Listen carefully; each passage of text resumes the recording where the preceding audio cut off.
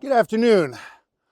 Today I'd like to talk about something that I haven't covered yet. I know I've covered some other things, getting started with cattle on your homestead and several other topics and that kind of thing. But something I was thinking about is I've not discussed what you do once you get your homestead, once you get your animals. What are you going to do with them afterwards? Where are you going to sell them? How are you going to sell them? What are your options? How are you going to market these animals? So I thought I'll do a short series. This shouldn't be nearly as long as getting started with your own cattle, but this is just going to be a short series on some of the options available to you to get started once you've got your land, you've got your homestead started, and how to once you've got your land, once you've got your homestead, once you purchase some cattle, you've had your first batch of calves. Now what are you going to do? So I'm going to cover some of the different options you have as a homestead or a small rancher, small farmer, ways to market or sell your animals. So let's get started. All right. So you've gone out, you've purchased some land, you've got your homestead started. You went out and you bought yourself some cows. Now you've got your first calves like this little heifer right here. The question is going to be now, what are you going to do for a business plan? How are you going to market your animals? There's multiple different ways to do it. For a long time, there was just one kind of one fail-safe, one old standard of kind of taking your animals to the sale barn and selling them up there. The problem with that is that you're at the mercy of the buyers at that point. Um, you're kind of at the mercy of the sale barn itself, how they're going to show your animals, what time they're going to bring your animals out, and that kind of thing. And if you've got if your calves aren't all kind of uniform in size and height and weight, you're going to get docked. If you've got one that's got some, say for example, this heifer here, say for example she had some white on her, you may be docked a little bit because they don't want to see the white, although there, there's nothing that white is going to affect. It's just a way for them to kind of reduce the price that they're going to pay for that calf or that animal. So the first one I'm going to cover is just kind of the fail-safe sale barn, and that's what I was just speaking of, is the sale barn. Um, the sale barn is just kind of the nickname for it or the slang for it. It's typically called a livestock auction, and you'll need to know where yours is located in your area. Now you can talk to other ranchers or farmers, homesteaders in your area and see if they can tell you where this livestock auction is. And if you're going to take your animals there, what you'll do is typically these days you can get online. If I were to take something to the sale barn here in Billings, what I would do is I would get online, I would fill out the form explaining what I have, how many of what I've got, um, what vaccinations they've had, and all of that kind of thing. And then the day before the sale, what I would do is I would drive up there and I would offload those animals. The auction yard would put them into a small corral. Obviously numbered and recorded whose animals are in what and all of that. And then the next day, the day of the sale, what they'll do is they'll start moving corral by corral. They'll move those animals into the sale ring, and the buyers will get a good look at them. The auctioneer will start auctioning them off, and you'll get the price that the buyers decide is a good price for your animals.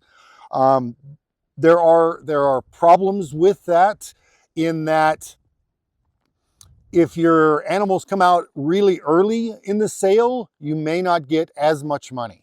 Also, if your animals come out really late in the sale, you may not get a good sale price either. Many times the buyers will not really put out a lot of money on the first few corrals that come through because they want to see kind of what the average is. They're looking for a bigger animal or more uniform animals. They're just going to kind of see what they've got for the day.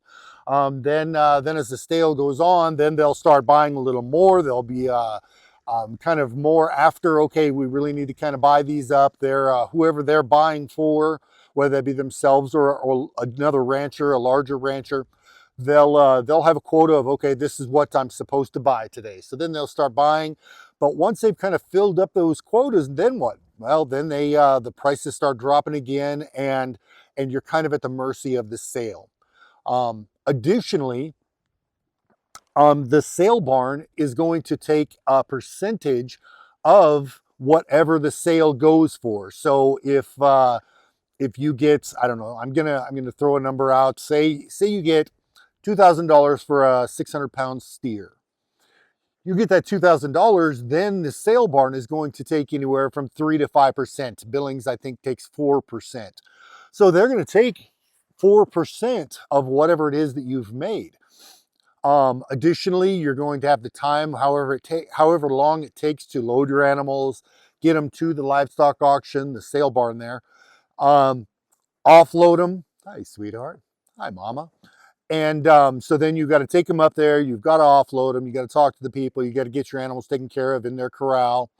And then you got to drive back. Typically, you're going to have lunch or dinner or both, depending on how far off this sale barn is and what else you've got to accomplish in town there.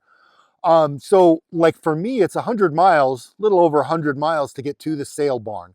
So that takes me an hour and a half. It takes me probably, depending on how prepared I am, anywhere from half hour to an hour to get my animals loaded into a trailer, get hooked up to the trailer, backed up, get the animals in the trailer, and that kind of thing. Then I drive that hour and a half. I get up there, I get the animals unloaded. That's going to take at least a half hour, maybe a little longer, depending on how busy they are. And then from there, I'm going to have to come back an additional hour and a half, unhook my trailer. So I've spent every bit of 4 to 5 hours of my time just getting the animals up there. So you've got your time invested. You've got, hi babe. This little girl wants to see if I've got something more for her. So you've got a lot of time invested in this group of calves that you're trying to sell. So it's something to consider, and it's always there for you. But as far as I'm concerned, there are other options that in my opinion are a little more lucrative if you have the time and the space and you're willing to wait. If you don't have good corrals, or you don't have a good wintering area, or you don't want to wait, it's your first year, you want to just sell your calves and see what you're going to get, then of course take them to the livestock auction and get what you can get out of them and be happy with that. There's absolutely nothing wrong with that.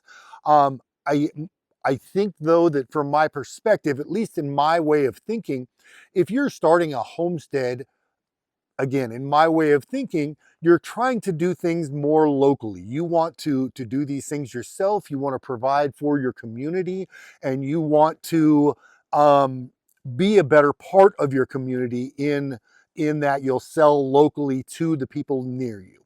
So that's just my thoughts on what homesteading is, or the plan for homesteading, but it's kind of my way of thinking anyway.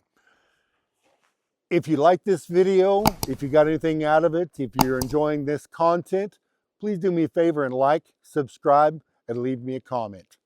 Thank you very much. Have a great day.